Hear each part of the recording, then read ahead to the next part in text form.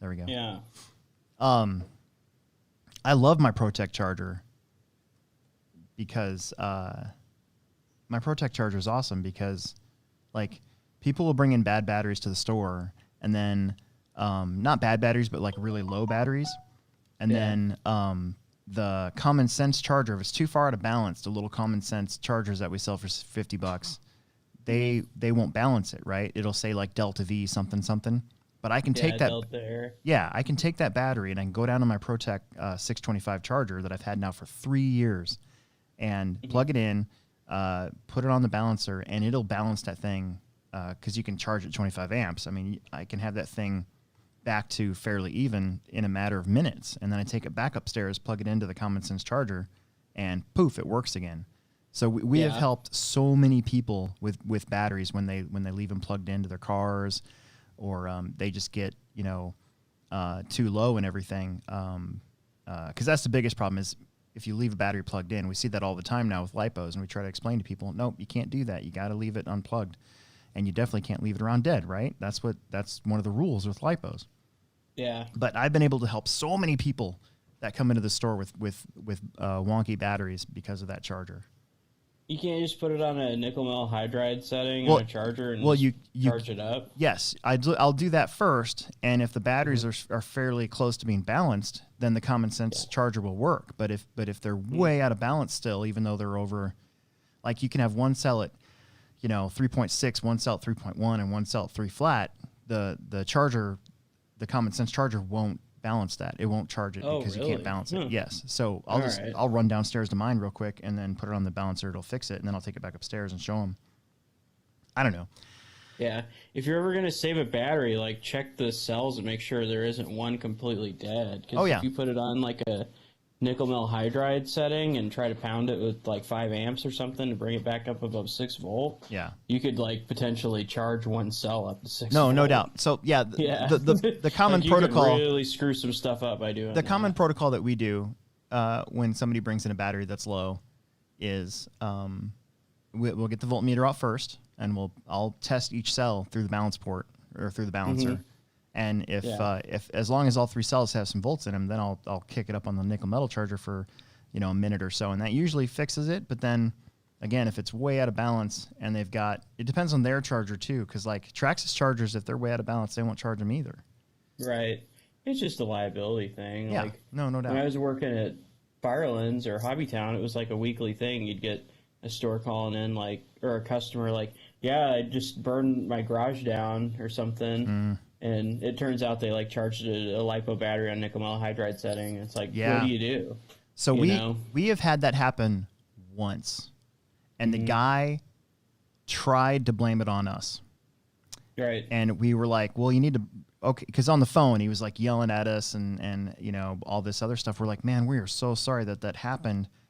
Why don't you bring in your charger and just, because apparently like his garage burned down, but the charger had still been somewhat saved.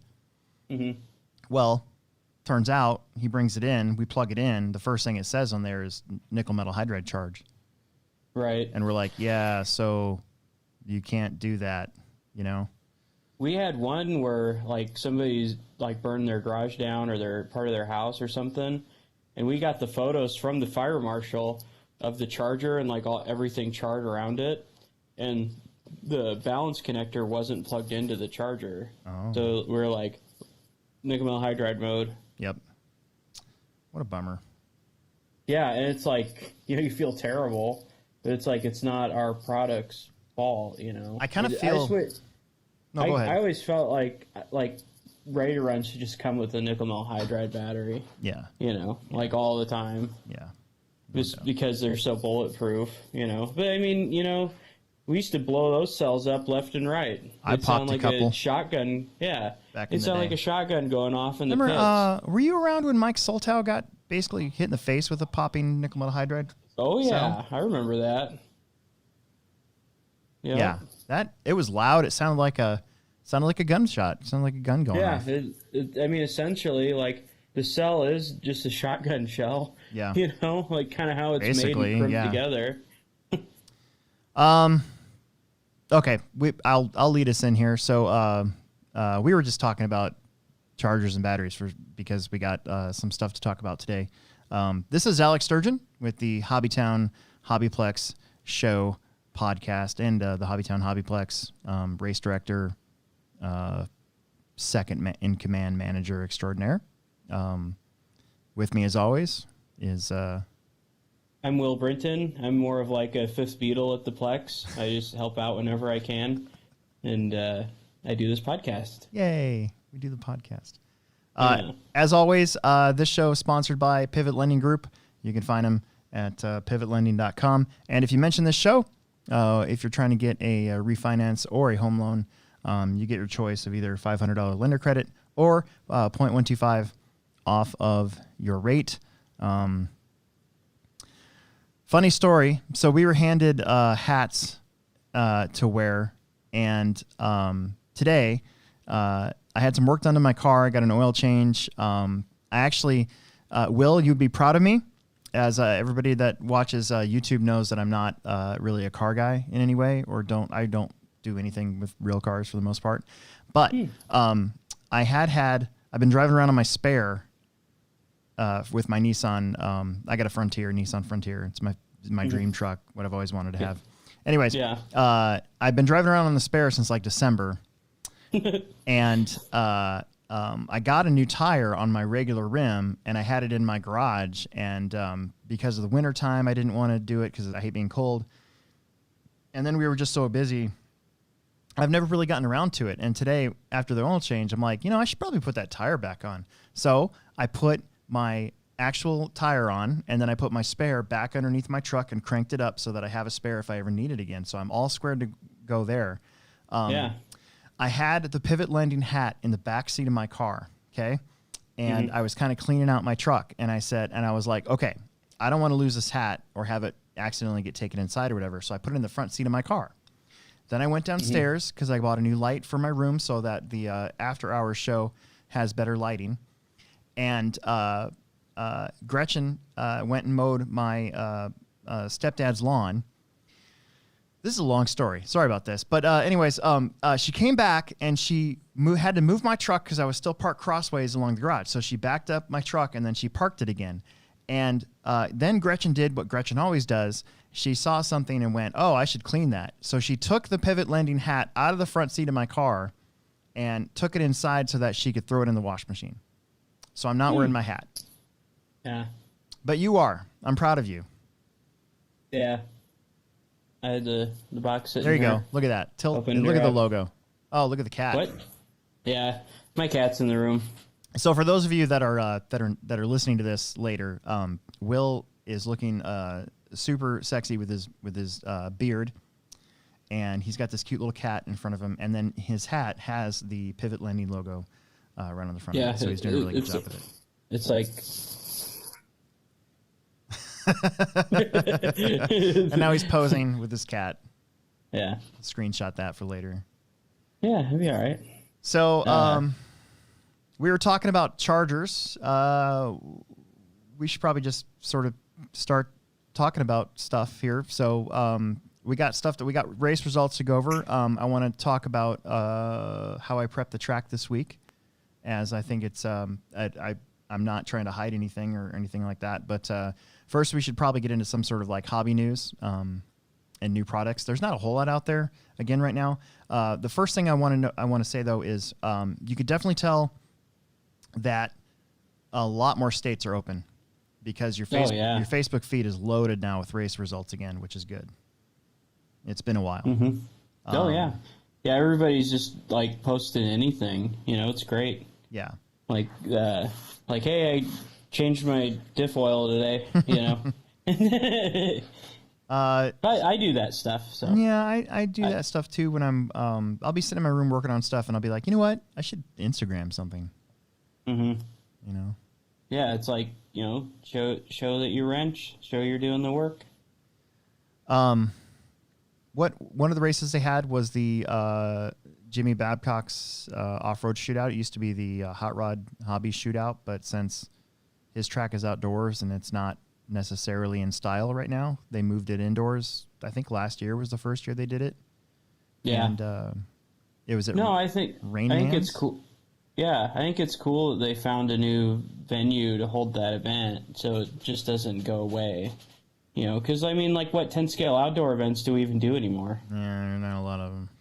And there aren't even a lot of outdoor 8 scale events that that people really go to either. So it's like, you know what I I mean? think So it's kind of nice to see outdoor race or see that race still continue to survive, like the change in like the change in the style of racing that we do. Yeah. So I think 10 scale. There's definitely there's very few outdoor tracks that really get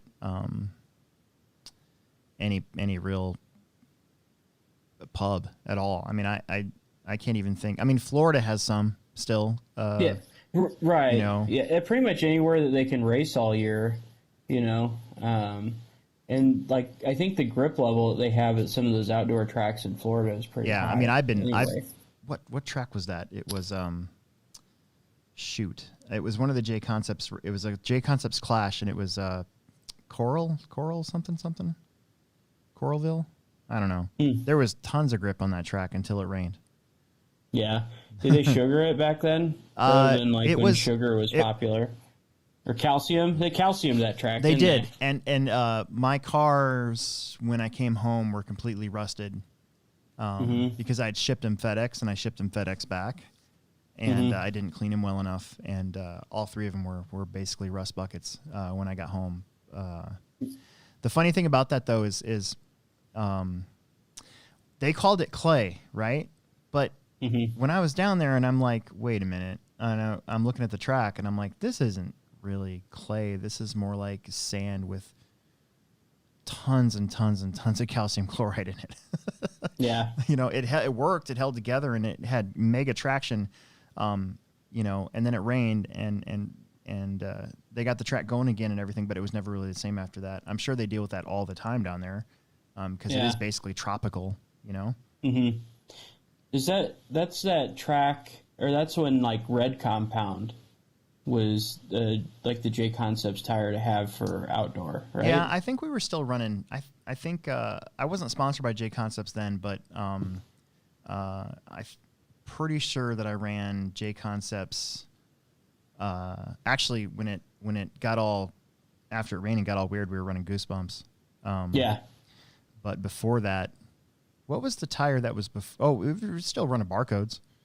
Yeah. I remember seeing Mayfield's car went out there with brand new Barcodes, and then like 6 minutes later, the Barcodes were bald. Huh. It's crazy. Yeah, I thought because they had like an outdoor clay compound then, they had like a white and a yellow. Yeah. And then I thought they had a red that was supposed to be like outdoor clay. Sounds right. But, Anyways, what I was trying to say was 10 scale for sure. There's not many, but 8 scale. I think the COVID-19 thing and not being able to race for a couple months, I think has almost like jump started a lot of outdoor tracks in general, mostly 8 scale, of course. Right. I just see more of them in my feed again, like, you know, and you see more stuff on the news feeds and all that too. We're you know, guys are running at places that are either new or you haven't heard of in a while because the turnout had kind of dropped away, and then this kind of made everybody. I think this thing has made everybody go, oh crap, we really like to do this and we missed it. Let's go race every week. Yeah.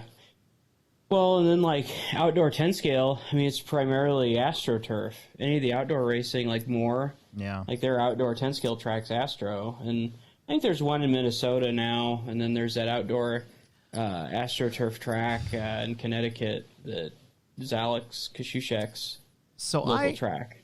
I feel, tell me if I'm wrong, but I feel like I've had a pretty good pulse on, or a pretty good idea what the pulse is on the comings and goings of track surfaces over the years.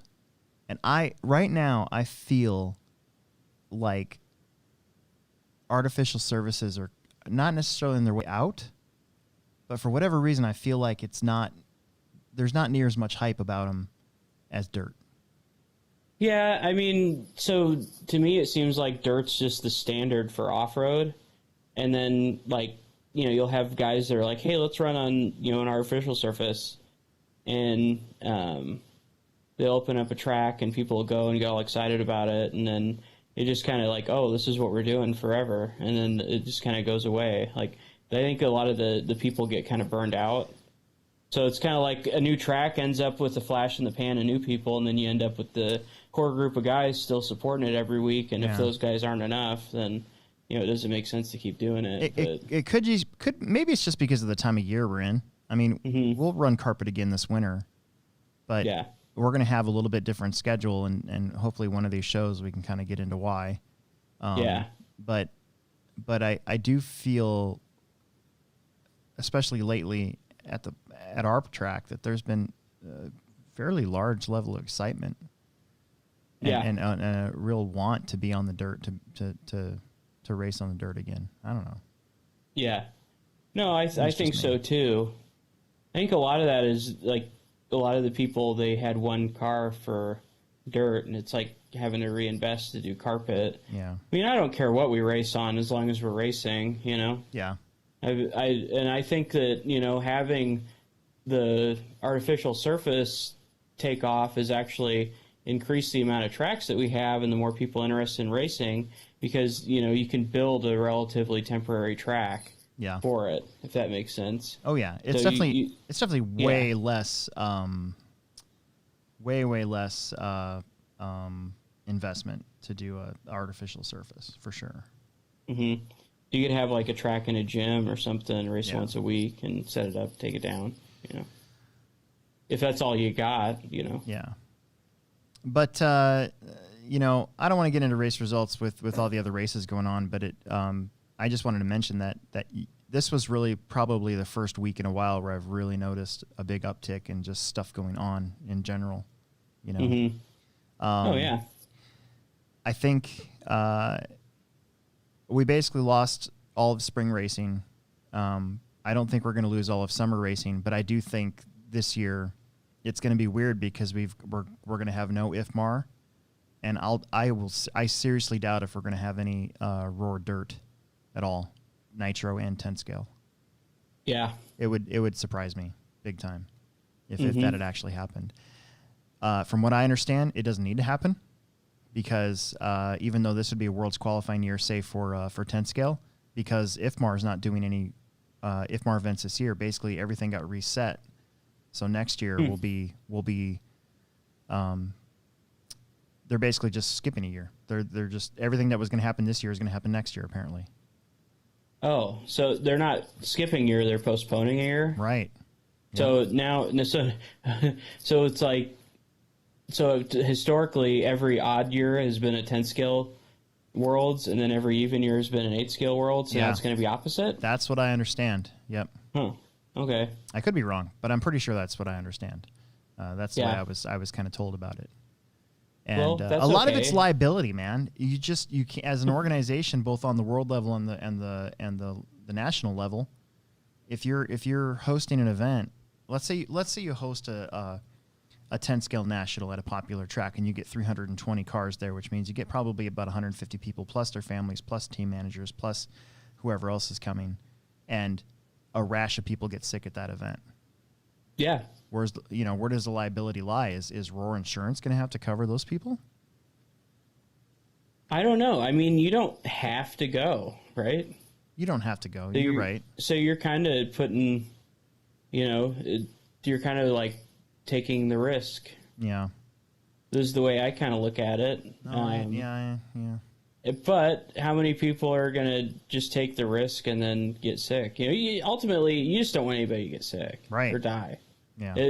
I don't really, the liability thing, I don't think matters as much as the, we just don't want anybody to get ill over this.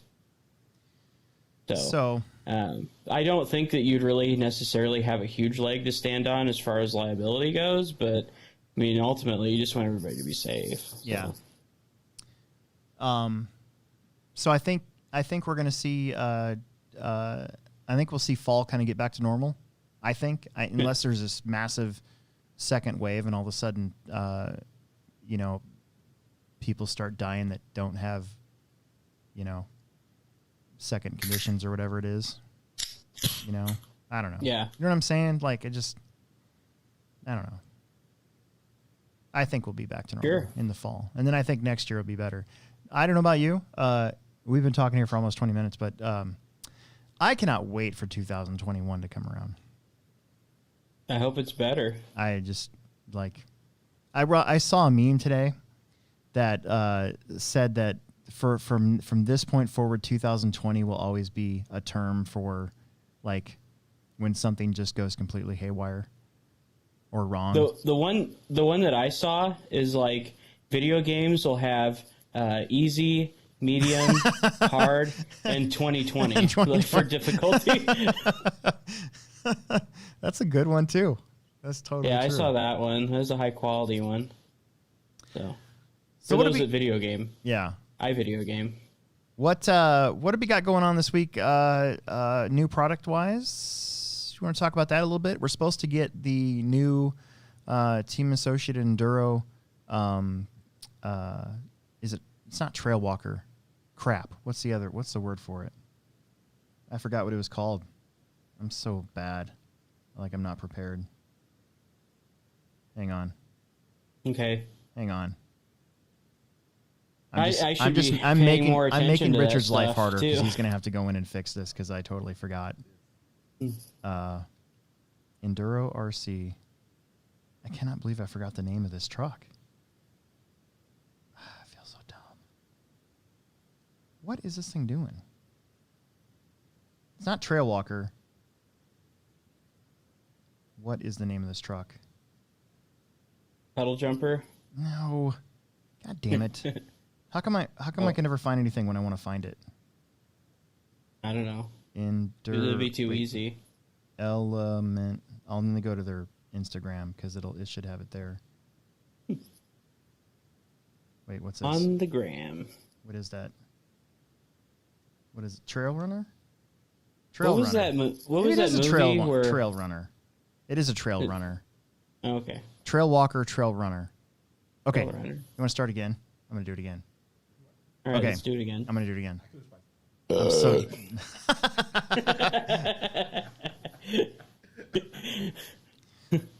okay. We got a couple new products coming in to the HobbyPlex this week. One of them should be the new Element RC Trail Runner with the independent front suspension kit, and it's like a Toyota 4Runner body that's on it. I'd be surprised if it didn't show up today, but normally if something comes in on Monday that's really popular, I will usually somebody at the Plex will usually take a picture of it. Usually it's Tim, but Tim's on vacation this week, so maybe it's actually there right now, and I won't know until I go into work tomorrow. But by the time this podcast comes out this weekend, we should have them in stock. And yeah, the body's got some pretty good detail to it. The big thing is that it's the independent front suspension, which works with the 4Runner style body. Yeah. You know? Cool. So that's exciting. And then what's the selling point on independent front suspension for trail truck crawler guy? Like for your course, what would be the advantage of having that? Well, I don't know. So a lot of it is realism, right? Mm-hmm. So if you've got like a Toyota or any of those kind of trucks that are like desert runner type stuff, and you have that independent front suspension, it makes more sense to go with those bodies than it would, say, a 79 Chevy. Nice. Right? You know, to me, it looks like you lose a little bit of clearance. But at the same time, it looks like you gain a little bit of articulation because it's got its own separate shock. So I don't know. I personally would be interested in trying one. I think there's two kind of different ways to do scale crawling, even around here in Nebraska. There's the kind of setup that we have at the Plex where we have real rock and we have some man-made obstacles and stuff, but it generally is more of a traditional rock crawler where you need a little bit of articulation, maybe even more than what would be scale with the type of body you're running to get through the course properly. Mm-hmm. And then there's another style that a lot of guys around here do, whereas they go to like the same mountain bike trails that I ride every week, and they just have a train of trucks that get over obstacles that aren't, say, as difficult, but they're in it for the realism. They're like getting stuck in the mud, and then they're backing up, and they're using their winch to pull their buddy out of the mud, you know? Oh. Or they're doing like a water crossing and stuff, and then taking, you know, cool pictures of it and putting it on Instagram or whatever. So I think, to me, that's where this specific truck would come in handy at. So, but that's not to say it might not work on what we have at the Plex. Our courses are great, and we had a handful of people on Tuesday night. I'm really happy, and tomorrow's supposed to be really nice out, so I bet you we get more than that. Yeah, that'd be cool. Exciting. And then what did you see today? Was there a Reedy charger that came out? Yeah, last couple of days ago, I saw Reedy released a new charger. Just looking at the quick specs on it, should charge a 2-cell LiPo at 14 amps. That's really all I know about it. It does 2 batteries at the same time, which is the standard. Yeah, I'm going to be ordering one, so it's going to be a must-have for me. Well, that's good. And it looks cool. Like, the graphics on it are nice. Nice. Are you going to not use your iCharger? Probably not. No, it'll just go back on the shelf. Oh, okay. I was kind of holding out for the new charger. Oh, okay. So, but yeah, the iCharger works fine too. They're just really expensive. So that's true. I just use the Reedy charger because it isn't as expensive as an iCharger. Yeah. You know, because I don't think you need all that stuff. But some guys would be like, oh, you got to discharge and charge and pound your batteries and stuff, and I've just never done any of that because I'm a mod guy. You know. Yeah. I've always just raced modified and. I used my batteries for like 3 years. I raced 13.5 this weekend with my 4-wheel drive car. This is the first time I've raced a spec class in a long time. And on Friday night, I got it all together, and I had it way over geared, and it felt really slow. And I was kind of like, what am I doing wrong? And then Saturday morning, I dropped from a 27 to a 25-tooth pinion gear, and poof, my car was fast just by doing that. I thought about running 13.5 4-wheel. You should. The next summer series. Fun. Oh, I'm not going to do it at the summer series.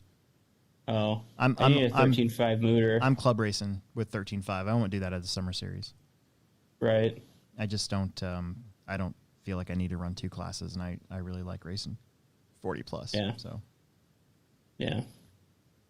But other than that, can you think of any other new products that came out or were announced this week that are really super important? Not a whole lot. Not anything that's like crazy important. Yeah. I haven't seen any new airplanes or anything there that I know of. No, there's really no new airplanes. We got in 2 slash kits that you build, and they sold right away. They sold right away, and then we ordered in 4 slash kits, and they sold right away. You have to, you build a Traxxas vehicle? Yep. Wow. And a Stampede 4x4 kit and a Slash 4x4 kit. And they've had the TRX4 kits now for a while, but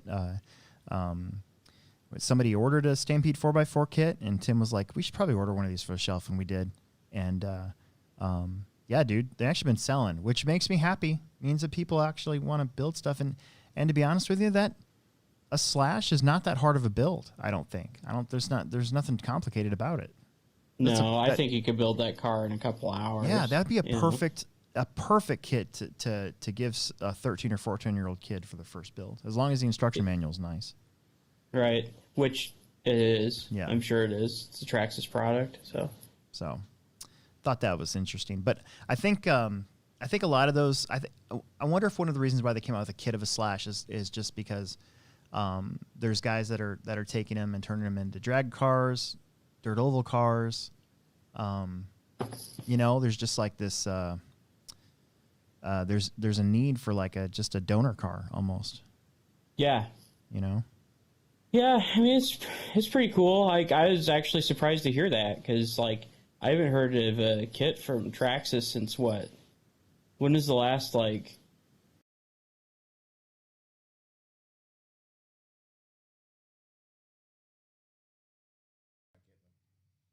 Hold on a second. There, I'm back. Okay. I'm dumb. I messed with something. That's fine. Margie knows what I need. I needed to charge my phone. I unplugged the wrong thing. I'm an idiot. I'm totally screwing stuff up. Whatever. I shouldn't touch stuff. Start over with what you're saying. What? Start over with what you're saying. My phone's about to die.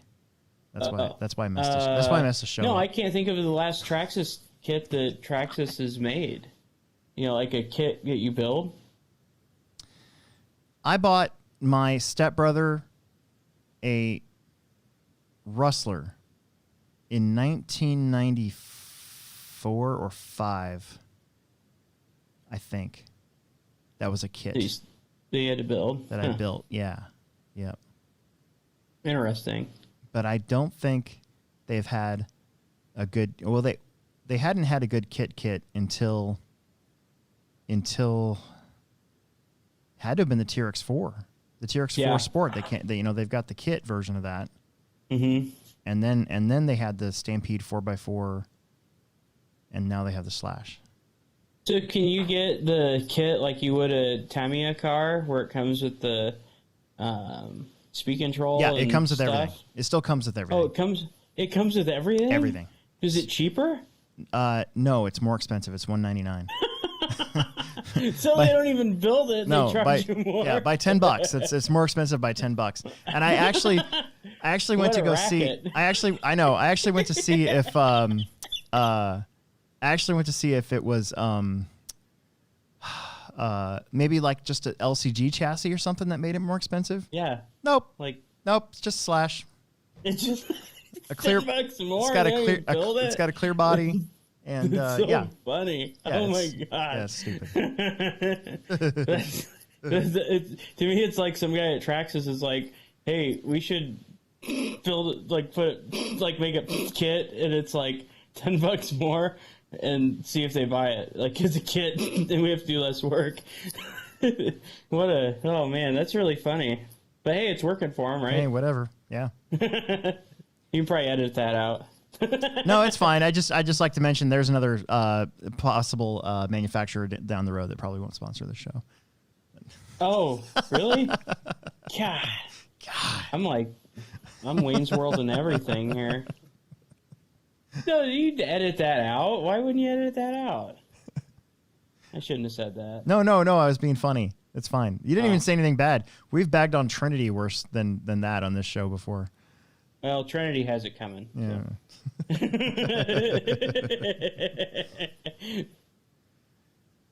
So. Let's talk about this weekend. So, we had Mac Vanderbeek on last week, so we didn't talk about race results. So we basically skipped a week of race results. But this weekend, we had another good turnout. Mm-hmm. We had let's go by the numbers here: 36 drivers, 58 entries. I think we had 9 heats all day. We had 2 heats of mod buggy and 2 heats of 13.5 wheeler, and then a full heat of everything else. We were short a little bit on trucks, on stadium trucks, but that kind of happens every once in a while. Yeah. So there was an A and B main in 13.5 and mod buggy, and I love racing at the Plex because of our mod buggy turnout. It's my favorite. It's my favorite class, and the fact that on a weekly basis we get, anywhere from say 8 to 14 cars. So we either have a full heat or we have 2 heats. It makes me excited to go to the track. In fact, my car is at home right now waiting for me to get home and start working on it tonight. Yeah. So I'm going to change some stuff. So I want to talk about the track real quick. So the summer series, of course, when we have that many cars, it's pretty easy for the track to get a groove and to just blacken up and have it be phenomenal no matter what you do. It seems like our dirt is still good enough to where it can do that. But in the middle of the week, when it's open track and the garage doors all get opened up and everything, it's always been a struggle for me to try to keep moisture in that thing so that the surface doesn't crack and get hardened up to the point where it gets weird, right? So Friday night after racing, by the way, Family Friday Off-Road, we had 42 entries. We had like 20-something people, awesome. 42 entries. So if you take this weekend altogether, Off-Road had like 104, 105 entries altogether between Friday and Saturday. That's awesome. Yeah, pretty awesome. So Friday night, I was like, you know what? I was looking at the track and I'm like, I'm gonna try something. So I haven't applied VP Stay Wet in probably a year. And for those of you listening that don't know what that is, VP Stay Wet is this concentrated mixture that comes in a 5-gallon bucket that they use on real racetracks, motocross, dirt oval, sprint car, that sort of thing, to keep the dust down and to help the track maintain a certain level of moisture. And when I've used it in the past, it has definitely done that. And what I had done before was, like during a track build, I'll till everything up, and then I'll put everything in a big pile, and then as I'm setting it, I'll spray it with Stay Wet, and then you tamp everything in, and then you water it, and it's supposed to help moisture stay in the track. And I haven't done that for a little while because I guess I just kind of got lazy. I guess that's the real honest answer. It's $350 for a 5-gallon bucket of this stuff, and we still have a little over half of it left, and I've had it since 2017. You know. Yeah, like a gallon of that stuff will treat like what? Yeah, 300 gallons of water or something. So if you look at the instructions, yeah, it's a 5-gallon bucket for 3,000 gallons of water, is what it. Right. Yeah, it's crazy. Mm-hmm. So Friday night, I'm like, you know what? Let's see what happens, because they had opened up the doors and the track, even though he watered it a little bit, it was still drying out a little bit. So I went ahead and took it. I got the special applicator. It's basically the same stuff that you use if you're like spraying the weeds or whatever. And I filled it up, 450 milliliters, and I was able to get almost all of the track done with 450 milliliters. And so what I did was I sprayed it with that, and then I watered it regular. So I took it off and I put the regular spigot on, and I went out and I watered the track like I normally would on a Friday night. Came back the next day, and that morning there were no puddles on the track, no nothing, which I thought for sure there would be because I watered it a ton. And and then it seemed like the start of the second round, all of a sudden a light switch went off, and we had mega traction. Yeah.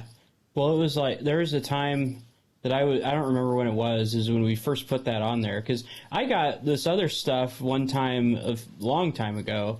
I was like, it was pretty much the same thing. It's just a different brand, like something that I knew about. Yeah. And then you got that stuff, and we treated the track with it. And there was a jump section that I was watering. I was like, look, it just soaks. Mm-hmm. Like, you can't get it to build water. Yes. I literally stood there with the nozzle on full blast, like for at least 10 minutes. Watering was one section, and you could not get water to puddle on. Right. It was great. Yeah. And that's like, so like when you aerate a track or you do things to get the moisture content even, because that's what you want. You want the bottom of the dirt to match the top, or at least a few feet down. Mm-hmm. And that's what that stuff does. And so when you have the moisture in the track, it can't get capped, right? Yeah. So you don't end up with like dew or slime sitting on top of it, and that's where you get that sweet, wide, black groove. That's what I noticed this week too, was initially the first qualifier, I thought the groove was pretty narrow, right? Mm-hmm.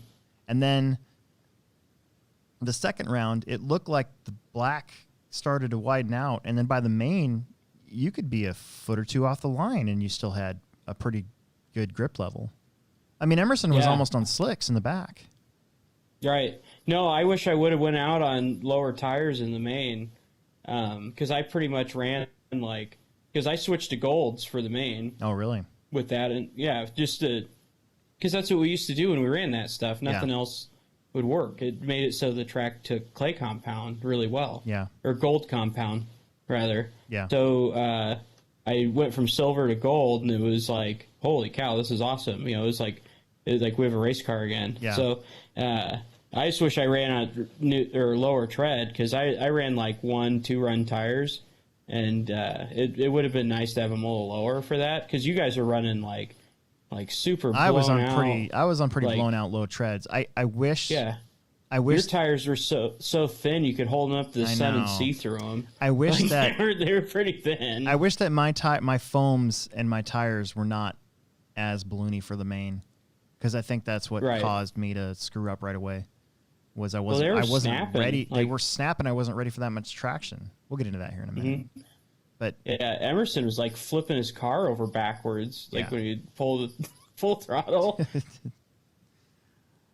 So, we'll get into race results really fast. So, just going down the line here, the 13.5 B main. So we had 13 cars. So we took 8, and then we had 5 in the B main.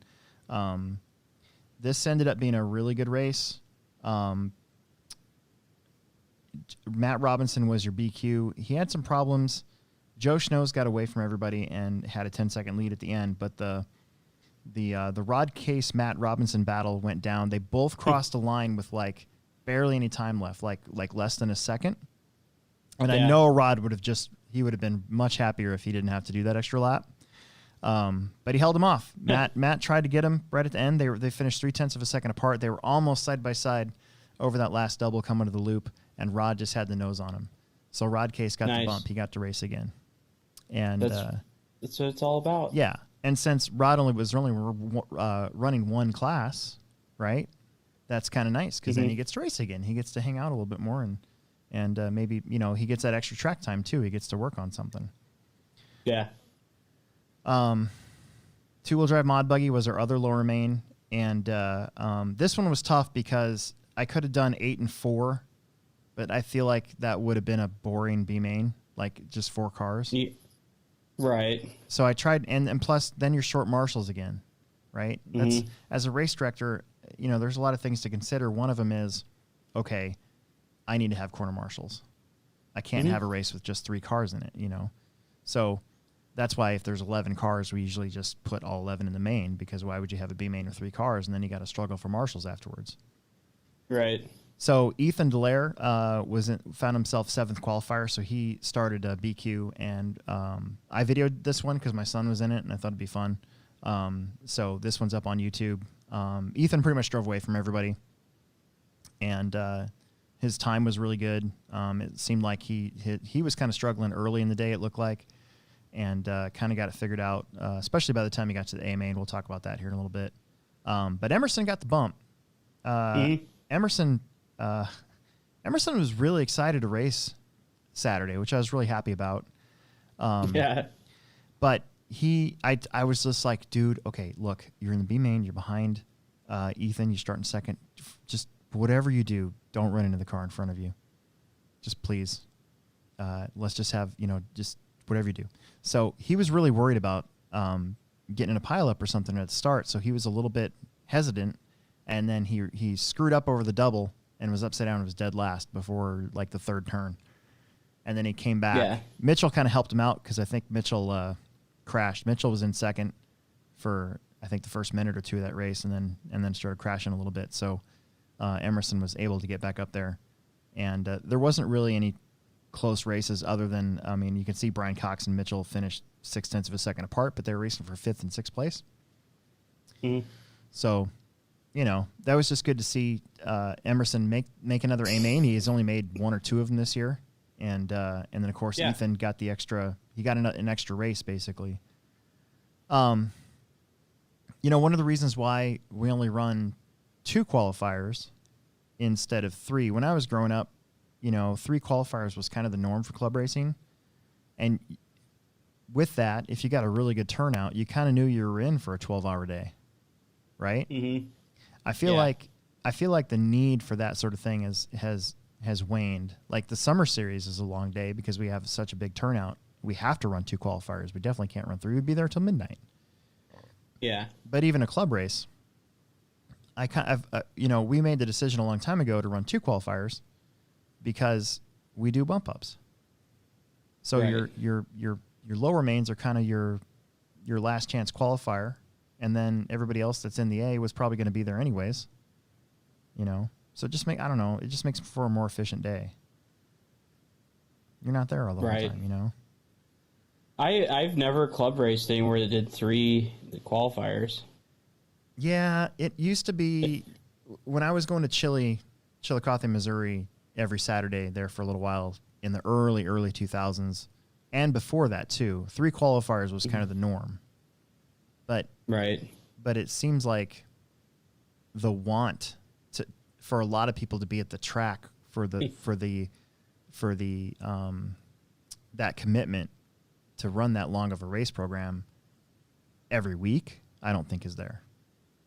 Yeah, the guys that would want to stay and run that long are going to stay and practice afterwards. Yeah, or be there bright and early in the morning to practice, right? Whereas, the rest of us, we don't necessarily. I've actually really enjoyed being able to close up the race, RC cars, get there at 10, leave at like 7, 6:30, 7 o'clock, go home, very quickly put the bike in the back of my truck, go to Tranquility Park and do an hour bike ride before it gets dark. Yeah. I feel like get home and mow my lawn. Yeah, I feel like my day's not wasted.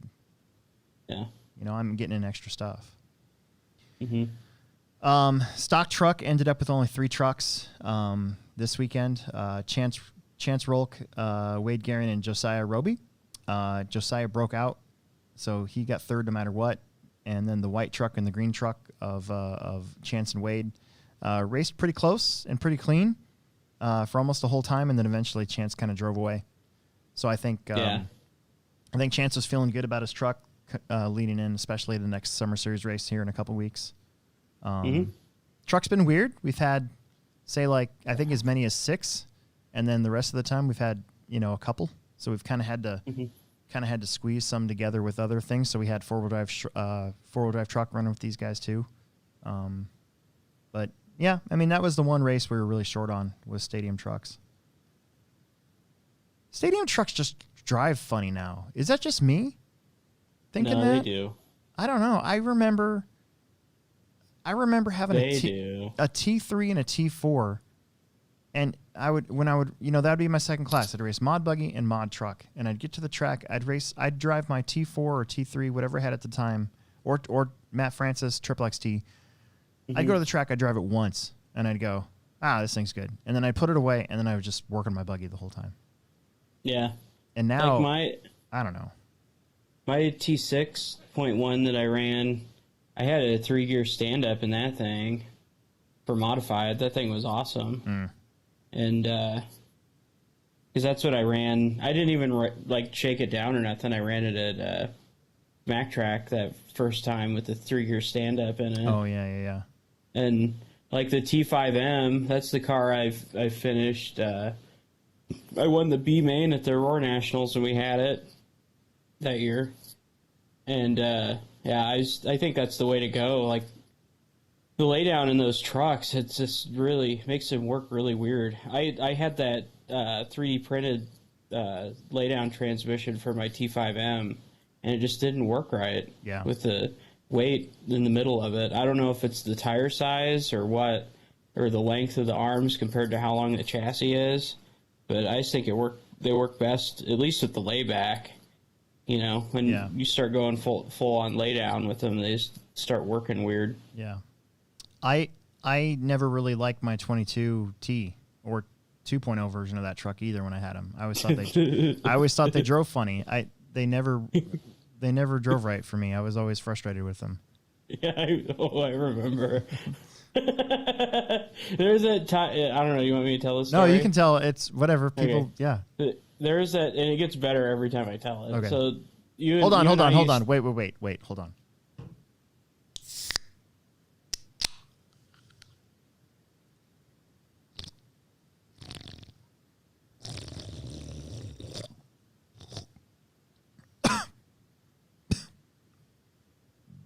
Okay, go ahead.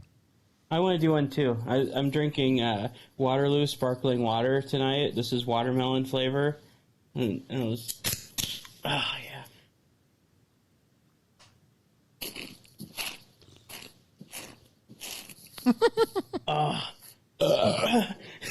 It's dribbling all over your beard. Man. What are you doing? Anyway, so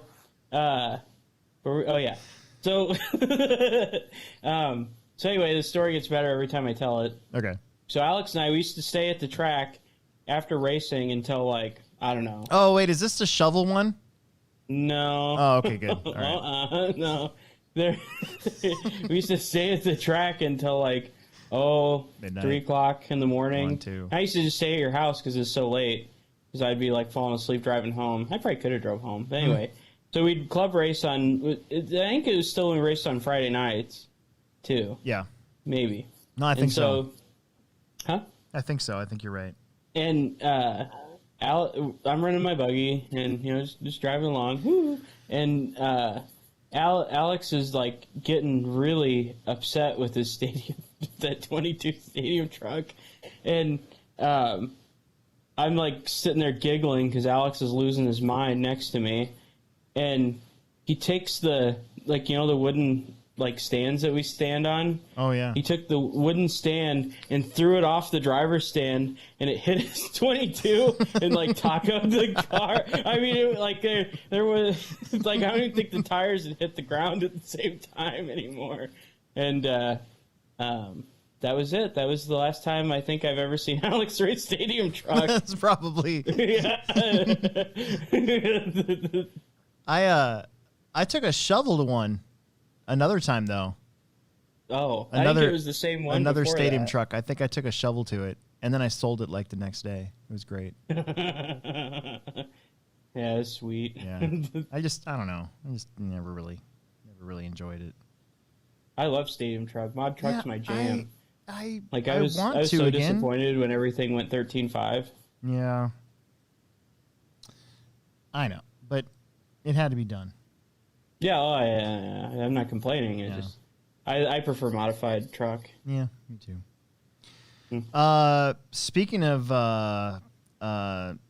chucking stuff off the driveway, we should probably take a moment here to listen to our sponsor, Pivot Lending, pivotlending.com, and see what they have to say about market conditions, anything real estate wise. Don Zoller and David Olson, who I think next week he's going to come in and we're going to talk about some newer stuff going on too. So we'll take a moment here.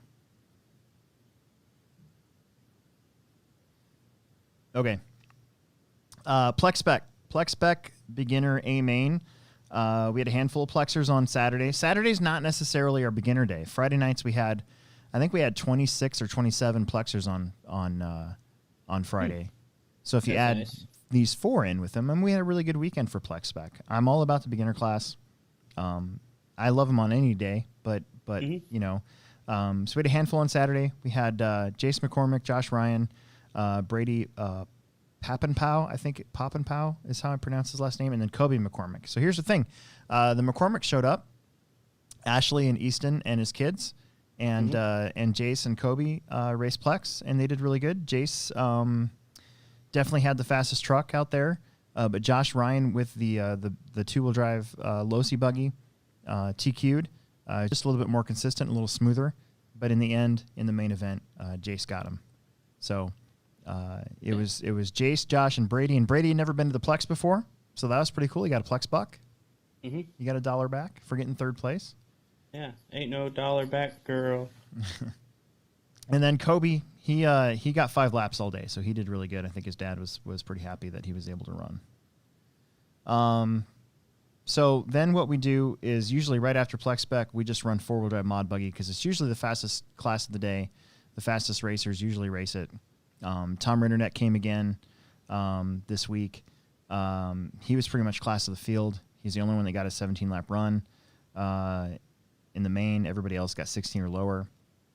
Derek Wood was close to him at first, the first part of the race, maybe the first minute or so, and then just kind of lost track of him. Derek's starting to get his new TLR stuff figured out. I think this is only his 3rd week running the cars. Yeah. And, I mean, you can kind of tell he's getting faster, which is unfortunate for you and I, maybe. I don't know. Yeah, I'll get him. I'll get him. I'm usually testing stuff at club races. I'm like trying stuff, and that's my excuse. Mitchell Pavel got 3rd in 4-wheel mod, so the missile saved me a Plex buck. I'm always rooting for the Pavels and for Aiden and for myself and for Emerson because we don't earn any Plex bucks because we don't pay entry fees. So if any of you guys are wondering why the Pavels don't, it's because Jeff Pavel is basically the HobbyPlex's handyman, and he doesn't really charge us. So, it's just if you want to come and do stuff around the track for free for us, we'll work something out too. But Jeff has been our guy for a long time, and it just kind of works out. I used to race for years on track help. I couldn't afford race entry fees, so I had to come help. Aiden Olson got fourth, and I think he broke out. Otherwise, I think he would have been up there. He was really fast again today, or Saturday. He's been coming to the track, I think, on Mondays to practice, and anytime he works, he's usually bringing his stuff and running a lap or two on the track beforehand. So it's kind of showing. Ethan Delaire qualified fifth, but he didn't start because of an electronic problem. Patrick Mitrovic said he wasn't running after the first round, and I put Alex Vanderbeek in there because I thought he was going to be running, and he wasn't. So it was just those 5 or 4 actually. Well, it would have been 5, but whatever. Yeah. But once again, Tom Rinderneck's kind of not untouchable because Alex won the last round of the Summer Series, but I mean his car is looking really good. Yeah. Speaking of Losi cars looking really good. 13.5 four-wheel drive buggy. This guy made an appearance with his new Losi four-wheel drive, and it turned out okay. So we had, we had 8 cars that we sent to the main. We bumped up 2. Joe and Rod both finished 9th and 10th. They were your bumpers. Dustin Hosick, who's back. He's got Derek Wood's old Associated stuff, which really isn't even that old. He was looking fast at parts of today. I think he's kind of getting it figured out. Ronnie Wint got 6th. He had a pretty good day, or 7th, I should say. Chance Rolk finished 6th. He was a little unhappy with how his car was driving. He didn't feel like it had enough corner speed, like it was almost too planted. So that's something that I know he was going to work on for next week. This? Chance Rolk. Ah, okay. He's running a Techno. That's the thing that I kind of ran into when I had my Techno EV410. I love the car, but I could never get it freed up to get the speed that I wanted out of it in certain parts of the track, Yeah, I don't know a lot about that car. Jackson Anderson was talking a lot of smack before the race started. And ended up finishing 5th. He qualified 2nd, but he finished 5th. Corey Tannehill, still rocking his Yokomo, finished 4th. Nick Pavel finished 3rd. David Peevler was your TQ. He led about the first 3 laps, and then he rolled it down the far west hill, that after the uphill double, and then you turn right there, and you kind of got to be a little cautious because you can really roll down that hill really fast and either blow that corner or even traction roll right there, and I think that's what he did. Yeah. And then I qualified 3rd. I struggled with consistency in qualifying, and even in the main, I still rolled it a couple times, but in the end, that TLR 22 X4 is that thing's pretty good. Yeah, they got that one right. That car is money right out of the box. And I'm running a lightweight battery again too, because I saw Tom was kind of telling me some of the reasons why he thinks his car is really fast, and a lot of it is because of the weight. His car is not very heavy, so I only put a 3600 in my car, and really? Yeah. Wow. I mean, it was fast. I mean, it was very agile and handled good. And dude, I miss racing 4-wheel drive. I really did. Yeah. Last year I almost bought a B74, and I just couldn't afford it. So, it was nice to race 4-wheeler again. Mm-hmm. And like I said, I'm only running this for club racing because I don't want to take it too seriously or anything. So you're not going to see me at the Summer Series with it. Right. Even in mod 4-wheel, I'm not going to do it. Part of it's because my job is running the races, so I don't want to take anything away from that part of it. So I won't be running 2 classes. Right. But it was fun to drive this car. Mm-hmm. I believe it. It was fast. So it's got my seal of approval, whatever that means, because Lord knows I've gone through a lot of cars. Yeah. Do you keep all your instruction manuals? I do. I also save all my boxes. Do you? I started saving my boxes, but I haven't. I wish I would have saved all my boxes earlier, but I do save all of my instruction manuals. I have instruction manuals in my. I've taken a picture of this before for Facebook or Instagram. I can't remember which one it was, but I still have my original LXT manual from like 1993 or whatever year that was. Yeah. And it's my original one because I got little drawings on it. Yeah. I still have I have my box from my first B4. It was that race spec B4 that you could get that was already built. I still have the box from that. That's pretty cool. I didn't like the cutout. I never took it out. Like there's a spot with like cellophane right that you could see the buggy. I never cut that out, so it's pretty original. But yeah, I have the box for my SC10, and I always just save the kit boxes. Okay, so mod 2-wheel drive. We'll go over that real quick. Tom Rindernecht was your TQ. He sort of, I think him and Alex were close for a little while, and then I think, his fast lap was a 21.9 on lap number 9 with 98.9% consistency. Wow. That's pretty good. Vanderbeek, I know he crashed somewhere because I heard him. It might even have been the very first lap or two. I think it was. Yeah, his first lap was 26 seconds and his second lap was 24 seconds. But then after that, he also did a 21.9, but his consistency was at 93%. So, if Tom and Alex are there right now, you're kind of like, crap, okay. I have a shot at beating them, but it's going to be hard. Like that one week where I was leading until the last lap or whatever, right? Yeah. Like it was and more. I got third. It was more luck. It was luck though. It was luck that because Alex and Tom basically ran into each other and took each other out for a little while. So those are kind of who I compare myself to. But Derek Wood finished third. And his lap times are kind of where yours and I's were. Derek's were? Yeah. He only did a 22.3. But he also finished with 16 laps, and everybody else did not. So it was Tom, Alex, and Derek this week. Ethan Delaire, who got the bump, drove a really good race, finished fourth. And then yours truly, on the very first lap, I qualified second somehow. And I was not ready for the grip level at all.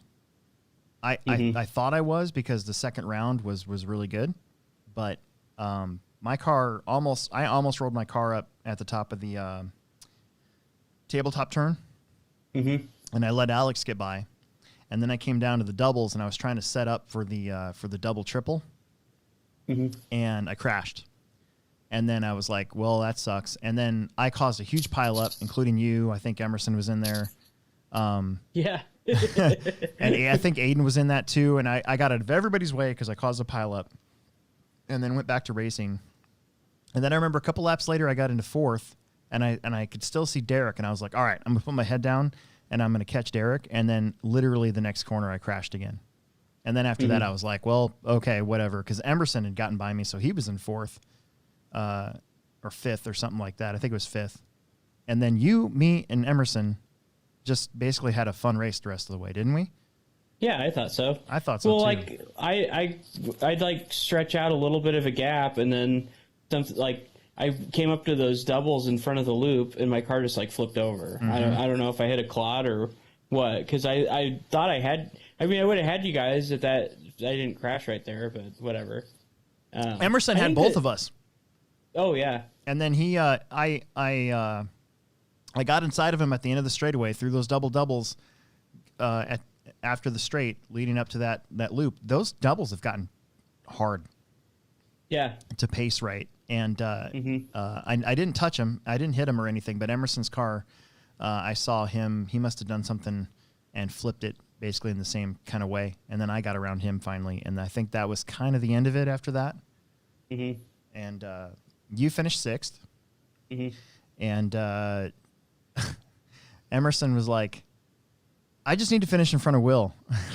Did he say that, or he said just beat Will? Yeah, just beat Will. Yeah, And he's like, I don't care, just beat Will. I was like, shut up, because both of you guys are standing right next to me. But I mean, we had a fun race. It was a club race. It was fun. Yeah, and it's supposed to be, right? Yeah. I think you kind of helped in the matter too, because I had gotten around you guys and I came down the stairs and I crashed there, and I hadn't crashed there all day, and I was like, damn it.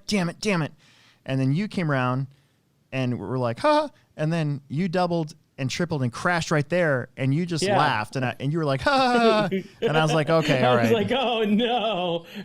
So I think that helped, because I think my mindset, the way I was, because I hadn't gotten much sleep either that day. I was really tired.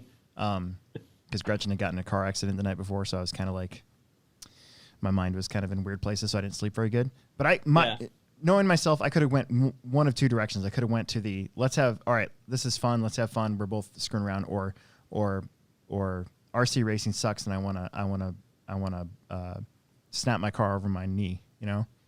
And luckily, went the happy way. That's yeah. So Emerson finished 7th, and then Aiden Olson didn't stick around. I think he said his car was. I asked him about it. He said he thought he fried his speed controller, but he didn't, so he didn't race the main. Oh. Well, I thought he's out there. I thought he broke in practice or something. Yeah, something was wrong electronic wise. Oh. So then we had we'll finish this up because we got expert stock buggy. I had to kind of rearrange the heats a little bit for marshalling's sake, and Wade Gehring decided not to race independent this week, which is probably a good idea, because he is so much faster now than everybody too. That even though he's not sponsored by anybody, he's got the speed to beat everybody in expert. So it was kind of nice to see him kind of move out of independent for this one, and just race, the other two classes that he races. David Peevler finished 2nd, and Chance Rolk finished 3rd. David and Chance both moved up from their qualifying positions. It wasn't really that close. There was 2 seconds between Wade and David. And I know on the last lap, I had kind of, on the mic, I'm like, all right, Wade's got to stay honest, because David got the lap, and he's, something happens. Nick Pavel finished 4th. Dustin Hosick had a good day of qualifying, finished 2nd, but he dropped back to 5th. Corey Tannehill dropped back a little bit from his 4th qualifying spot to 6th. Raven Barton and Brian Barton came from Des Moines. It's good to see them again. They haven't been around for a while. Yeah. Well, I mean, they race at the compound still a lot, I'm pretty sure. Do they? Yeah. I didn't think they were. I thought they were all doing carpet or something. I guess I don't know, but it was good to see them either way. Yep. And then Patrick Mitrovic, those guys that came down from Sioux Falls, finished 8th. And then Josiah Roby didn't start, and Jackson Anderson, did he pull off after the first lap? Yeah, he got pummeled by a whole bunch of cars, and he was just like, screw it. F it. I'm going to go race independent buggy. Yeah. Yeah. So, yeah, he gave me his car to work on this week, so I got to work on his car. Get it ready for him. Nice. Yeah, he gave me his car. Well, I kind of offered. I was like, dude, let me see your car. And I looked at it, and I was like, when's the last time you built the shocks on this thing? He's like, I think I did it in carpet. I was like, so this thing still has 40 weight oil in it and stuff. He's like, yeah, because you built the shock. You did it last. And I was like, oh. Yeah.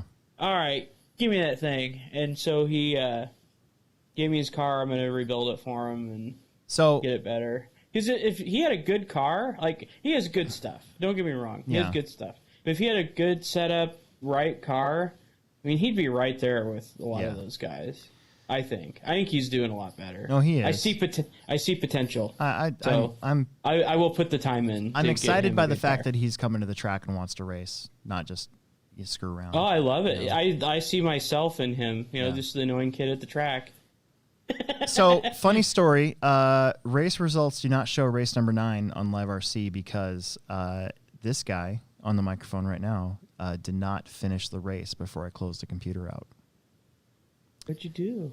Well, I never officially hit Control V to finish the race. And so when I turned live time off, shut the track, turned the computer off, it didn't upload race number 9. Oh. However, I do remember that Easton McCormick had a phenomenal day for somebody who hasn't raced dirt in well, they came last Friday, but they haven't been on a Saturday race day since last fall. And he qualified first in round 1. He beat his TQ in round 2, and then he led start to finish with Jackson Anderson behind him in second.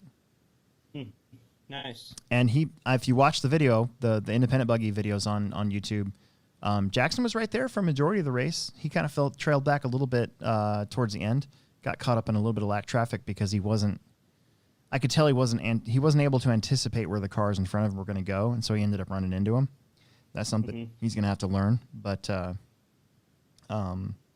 third place, I believe Brian Barton had third pretty much in the bag, and I think his car broke with like 2 laps left to go or something like that. So I honestly don't remember who got third. It might have been Joe Schnoes. I don't know. That one escapes me. But I remember the independent buggy at least first and second because of how close of a race it was too. So good job for Jackson in that one. He kind of expert and independent actually ended up running back to back. So he, even though he's flustered in race 8, he still got it together for race 9. So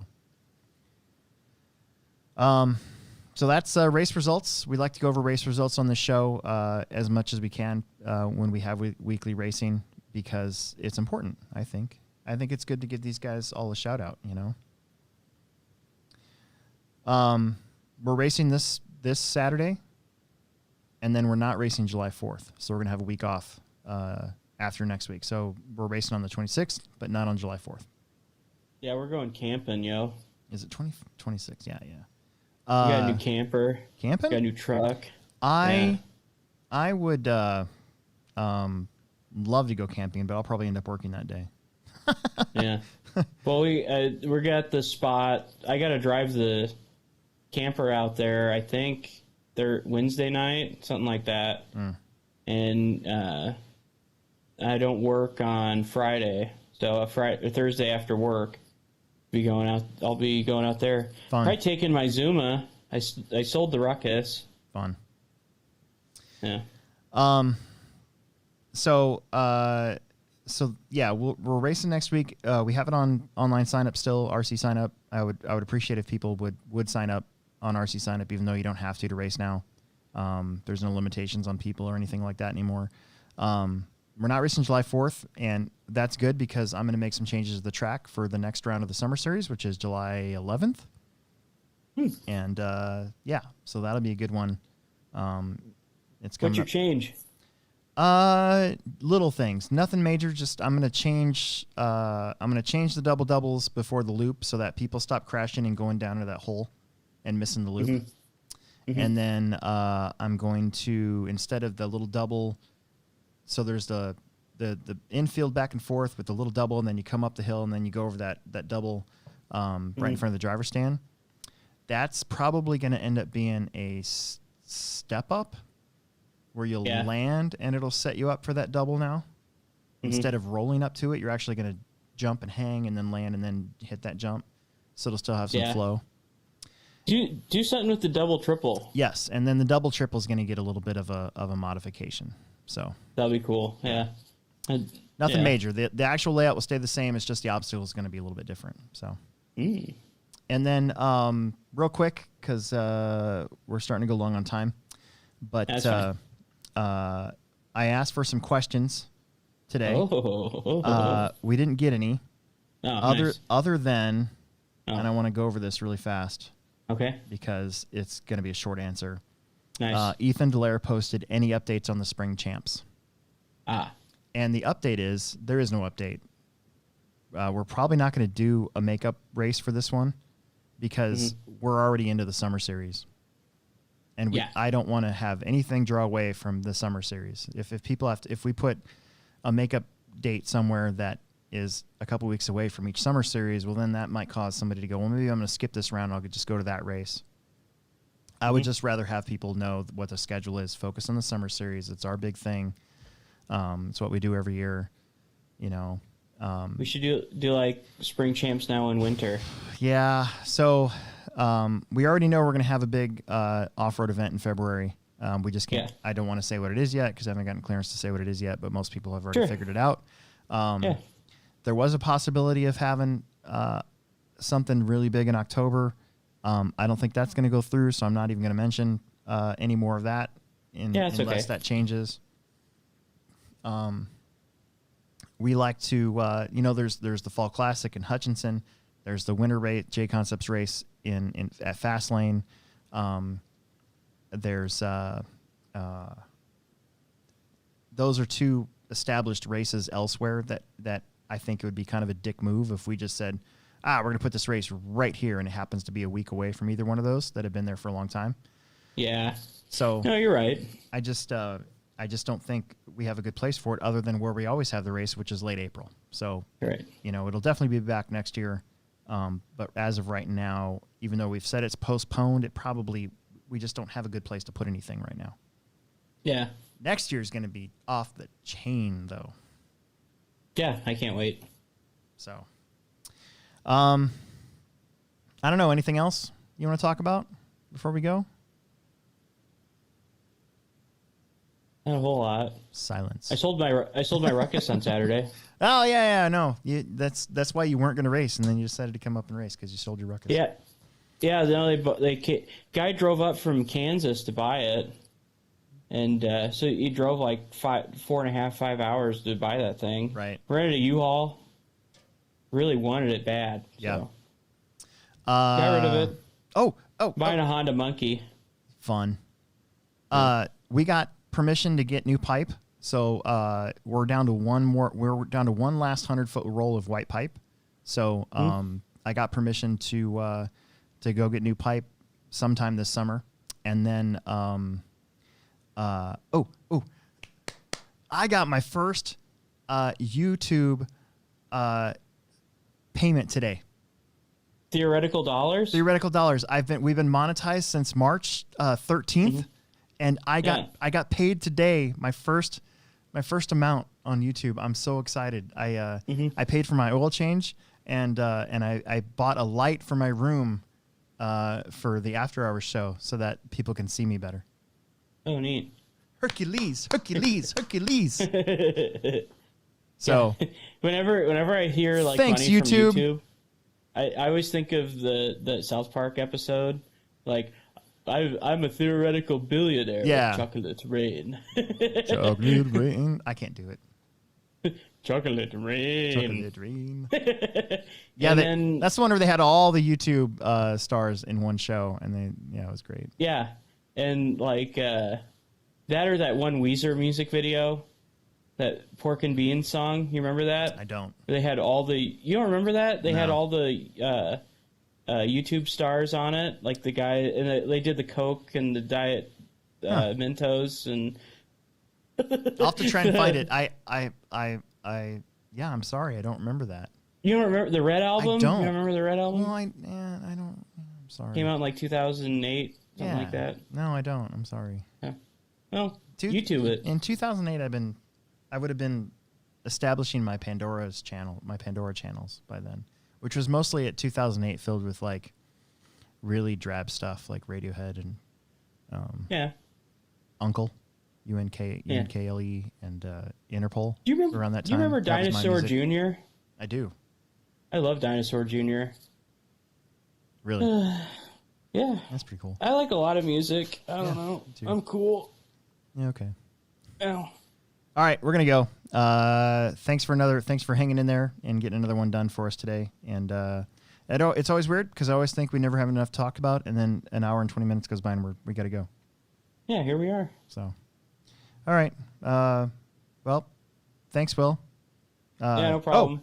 Don't forget before we leave, don't forget about your Pivot Lending sponsor here at the HobbyPlex Show podcast, and don't forget that if you mention us while you're doing a home loan or refinance, something like that, you can get 0.125 off your rate or $500 lending credit. You get to choose. You don't get both. And make sure you do that because it helps this show come to you weekly.